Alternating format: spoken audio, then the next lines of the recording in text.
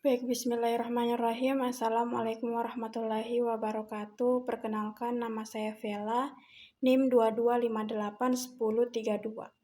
Saya akan menjelaskan beberapa penjelasan mengenai tugas yang diberikan sebagai nilai akhir dari mata kuliah Ulumul Hadis. Baik, langsung saja. Saya akan membahas tentang pembagian hadis berdasarkan kualitas sanad, yaitu menentukan apakah sebuah hadis bisa dijadikan dasar hukum hujjah atau tidak. Secara umum dibagi menjadi 3. Yang pertama ada hadis sahih, hadis yang sanadnya bersambung diriwayatkan oleh perawi yang adil atau takwa menjaga murwah dan dabit atau kuat hafalannya, serta tidak mengandung syadz atau kejanggalan bertentangan dengan hadis yang lebih kuat, maupun ilat atau cacat tersembunyi. Hadis ini wajib dijadikan hujjah.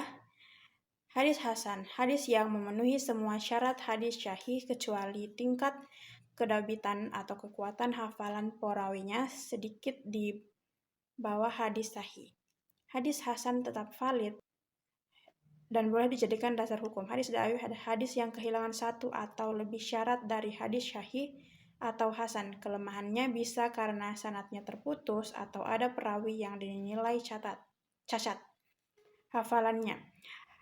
Hadis dhaif tidak bisa dijadikan dasar hukum akidah atau syariah, namun sebagian ulama membolehkannya untuk fadhailul amal atau keutamaan amal dengan syarat ketat. Yang kedua ada pembagian hadis berdasarkan kuantitas sanad, yaitu merujuk pada jumlah perawi yang meriwayatkan hadis tersebut pada setiap tingkatan. Yang pertama ada hadis mutawatir, hadis yang diriwayatkan oleh banyak perawi pada setiap tingkatan sanadnya, sehingga secara logika dan adat kebiasaan mustahil mereka bersepakat untuk berbohong. Hadis mutawatir menghasilkan keyakinan yang pasti. Salah satu jenisnya adalah mutawatir lafzi, hadis yang sama persis redaksi lafaznya dan makna dari semua jalur periwayatan. Contohnya hadis tentang larangan berdusta atas nama Nabi. Penjelasan sanadnya itu, hadis ini diriwayatkan oleh lebih dari 70 orang sahabat dengan lafaz yang sama, lalu diturunkan ke tabi'in dengan jumlah yang juga banyak di setiap generasinya.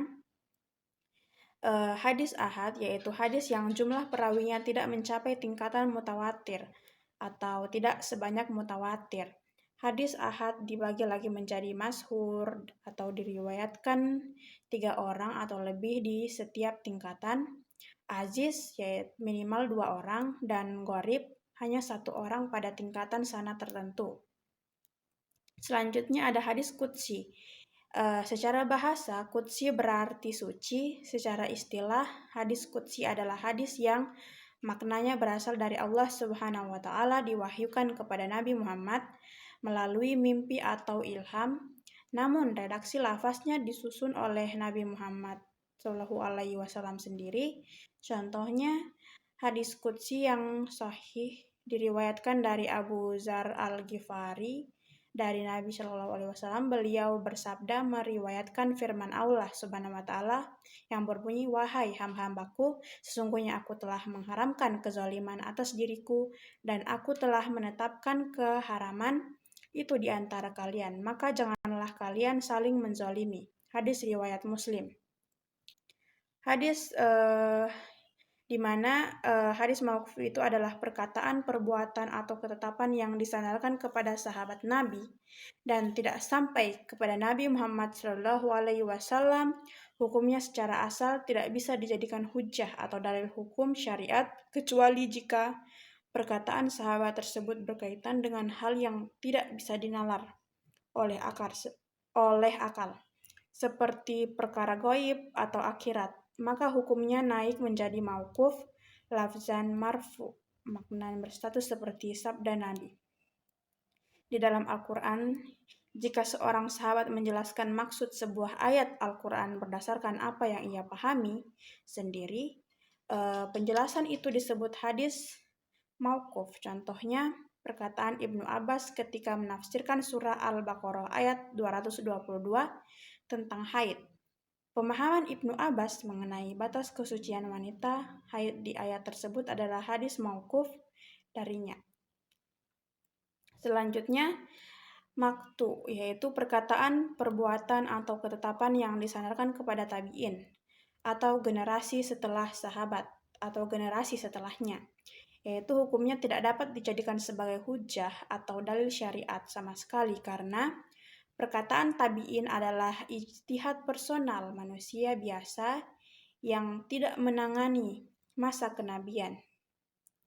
Yang contohnya hadis waktu itu membahas tentang doa penyenang hati atau keluarga sakinah, surah Al-Furqan ayat 74, yang artinya dan orang-orang yang berkata, "Ya Tuhan kami, anugerahkanlah kepada kami istri-istri kami dan keturunan kami sebagai penyenang hati, dan jadikanlah kami imam bagi orang-orang yang bertakwa."